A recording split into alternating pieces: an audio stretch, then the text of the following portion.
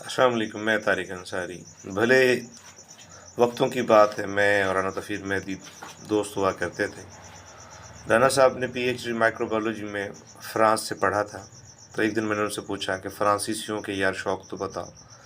तो राना साहब ने कहा कि फ़्रांसीसी बड़े मज़े की कौम है, शोबिज़ में दिलचस्पी रखते हैं, शायरी करना, लिखना, पढ़ना पढ़ाना सुनाते हैं, थिएटर बड़े शौक़ से जाते हैं, परफ्यूम्स का इस्तेमाल करते हैं, 5 दिन कमाते हैं, 2 दिन बैठ के खाते हैं, जब तक पैसे ख़त्म नहीं होते काम पे नहीं जाते, साइकिलिंग करते हैं, फ़िशिंग करते हैं और इंतहा की सुस्त कौम है।